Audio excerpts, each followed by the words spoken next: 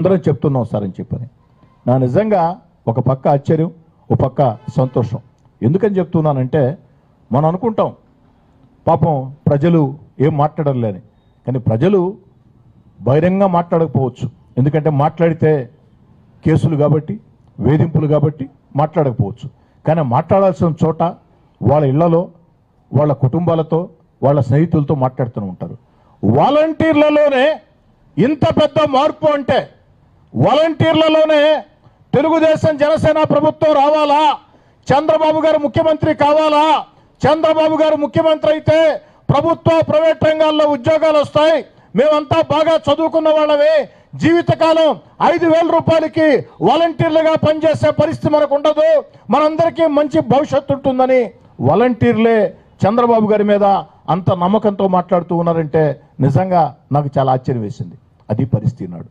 కాబట్టి ఈ పరిస్థితుల్లో ఏదైతే సంక్షేమ కార్యక్రమాలు, అభివృద్ధి కార్యక్రమాలు, మన బిడ్డలకు ఉద్యోగాలు ఇవన్నీ కూడా రావాలంటే రాష్ట్రంలో తెలుగుదేశం జనసేన అధికారంలోకి రావాలా, చంద్రబాబు నాయుడు గారు ముఖ్యమంత్రి కావాలా అన్న భావన ప్రజల్లో బలంగా ఉంది.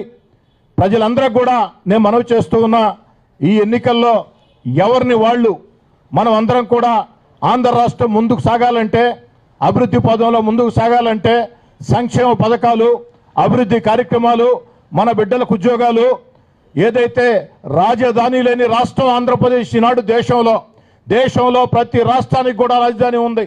ఆంధ్రప్రదేశ్ రాజధాని లేదు. ఆంధ్రప్రదేశ్ రాజధాని ఉండాలా, అమరావతి ఏకైక రాజధానిగా అభివృద్ధి చెందాలంటే చంద్రబాబు గారి నాయకత్వాన్ని ఏ విధంగా మీరు కోరుకుంటున్నారో మీరు వీధుల్లోకి రావాల్సిన సమయం ఆసన్నమైంది. మీరు వీధుల్లోకి వచ్చి జెండాలు పట్టుకోమని నేను చెప్పటం లేదు. ఈనాడు సోషల్ మీడియా ప్రతి ఒక్కరి చేతుల్లో ఉంది, అందరి వద్ద ఫోన్లు ఉన్నాయి, సోషల్ మీడియా అలవాటు ఉంది. కాబట్టి తెలుగుదేశం జనసేనకు మద్దతుగా మీ సోషల్ మీడియాలో వేదిక చేసుకొని స్పందించండి. ఆంధ్ర రాష్ట్రాన్ని మనం అందరం కాపాడుకోవాలా. ఎవరికి వారు ప్రజలు అనుకూలంగా ఉన్నారు, ఖచ్చితంగా తెలుగుదేశం అధికారంలోకి వచ్చేస్తుంది అన్న నిర్లిప్త ధోరణితో కాకుండా ఎవరికి వాళ్ళు ఎన్నికల సమయం ఆసన్నమైంది కాబట్టి ఎన్నికల నోటిఫికేషన్ ఈ నెలాఖరు మొదటి వారం వచ్చే పరిస్థితి ఉంది. కాబట్టి ఇక అధికార పార్టీ నాయకుల దురాగతాలు సాగవు, అధికారులు కూడా సహకరించరు.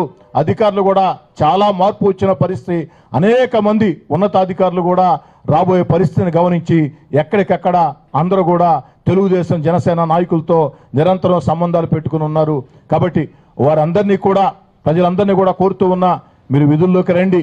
ఆంధ్రప్రదేశ్ ఏకైక రాజధాని అమరావతి, ఆంధ్రప్రదేశ్లో సంక్షేమం, అభివృద్ధి కార్యక్రమాలు, మన బిడ్డలకు ఉద్యోగాలు ఏకతాటిగా సాగాలంటే ఆంధ్ర రాష్ట్రంలో చంద్రబాబు నాయుడు గారిని ముఖ్యమంత్రి చేసుకోవాలా అన్న భావన, తెలుగుదేశం పార్టీ జనసేన గెలిపించాలన్న భావన మీలో ఎంత బలంగా ఉందో ఖచ్చితంగా దాన్ని సాకారం కావాలంటే మీరందరూ కూడా ఎవరికి వాళ్ళు విధుల్లోకి రావాలని కోరుకుంటూ ఉన్నా. ఆనాడు ప్రజలు అడుగుతూ ఉన్నారు, ఆనాడు దురదృష్టవశాత్తు ఎవరైనా చనిపోతే సహజ మరణం అయితే 2 లక్షలు, యాక్సిడెంట్ అయితే 5 లక్షలు చంద్రన్న బీమా, ఆ బీమా కూడా ఈరోజు లేని పరిస్థితి. ప్రజలు అడుగుతూ ఉన్నారు, అయ్యా చంద్రబాబు గారి పేరు పెట్టడం మీకు ఇష్టం లేకుంటే చంద్రన్న బీమా బదులు జగనన్న బీమా పెట్టు, మాకు అభ్యంతరం లేదు. కానీ ఒక కుటుంబం మరణించినప్పుడు 2 లక్షల రూపాయల సహాయం అనేది కుటుంబానికి ఒక భరోసా ఇస్తుంది. యాక్సిడెంట్లో చనిపోతే 5 లక్షలకు భరోసా ఇస్తుంది. అవన్నీ ఏమైపోయినాయి అని ప్రజలు మొత్తం కూడా మాట్లాడే పరిస్థితి. కాబట్టి ఆంధ్ర రాష్ట్రంలో ఉండే ప్రజల్లో ఆలోచన ఈ రకంగా ఉంది. ఒక వర్గం అని కాదు, పేద, సామాన్య, మధ్యతరగతి తేడా లేకుండా ప్రతి ఒక్కరు కూడా విద్యావంతుల, నిరక్షరస్తుల తేడా లేకుండా, కులాలు మతాలకు అతీతంగా, మైనార్టీల మెజార్టీల తేడా లేకుండా అందరిలో కూడా ఉన్న అనుకూల వాతావరణాన్ని సద్వినియోగం చేసుకునేదానికి తెలుగుదేశం జనసేన కార్యకర్తలు కష్టించి పనిచేయాలని, ప్రజలు కూడా ఎన్నికల సమయం వచ్చేస్తుంది కాబట్టి వీధుల్లోకి రావాలని చెప్పని కోరుకుంటూ నా మాటలు ముగించే ముందు ఒక్క మాట చెప్తూ ఉన్నాను.